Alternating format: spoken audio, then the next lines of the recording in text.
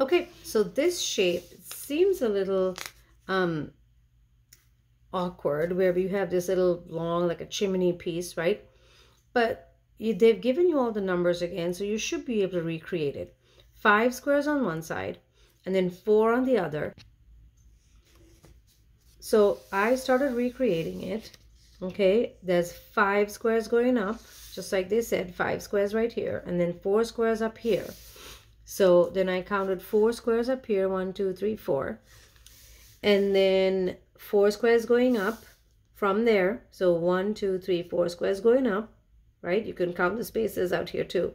And then 1 square going across, and then 4 going down again. So like that little chimney is sticking up right there. And then the other side looks pretty symmetrical to this side, which means it's like a mirror image. 4 going out and then 5 going down. 1, 2, 3, 4 going out, 4 dots, 4 squares going out, and then 5 squares going down. Okay, and then that should nicely match at the bottom. 9 squares at the way bottom. You can count to make sure you have 9. Let's count it. 1, 2, 3, 4, 5, 6, 7, 8, 9. Yes, that means I have recreated my shape correctly. So go ahead and either count the squares to find the area, or you could probably, I'm thinking, just split it just like that, right? That could be A up here, and then the big square down here could be B. See if you can solve for A. Find the area of A. A what by what rectangle would that be?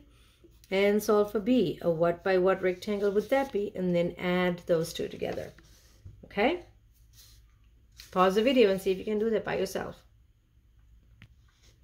Okay, so A is a 1 by 4, 1 times 4 rectangle. So the area of A is 4.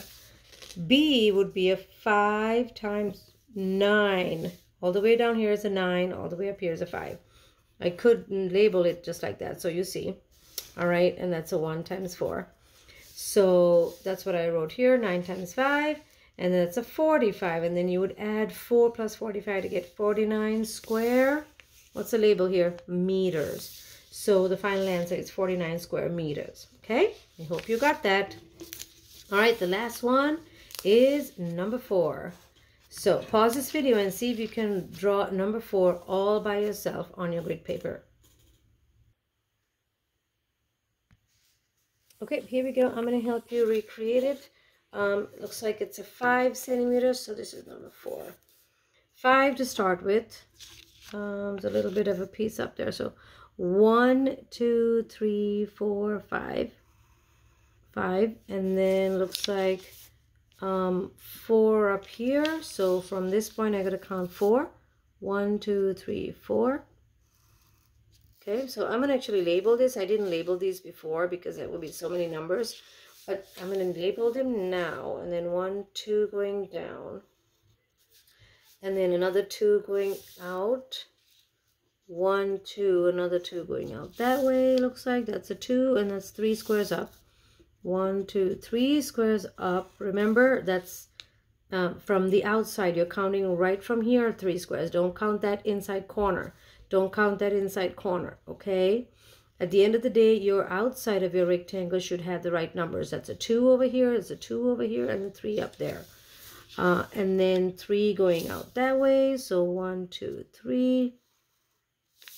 And then 6 going down. So from this square, you're going to count 6, including that. 1, 2, 3, 4, 5, 6 going down. And then you should be able to connect those two in a nice straight line.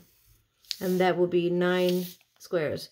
Let's count. 1, 2, 3, 4, 5, 6, 7, 8, 9. Yep, that's 9. So that was a 9, and then that was a 6. Okay. Okay. So I labeled them, but actually I'm going to erase them again just because I don't want those numbers messing up when we split these into rectangles. Okay. Okay. So I really want you guys to just count the squares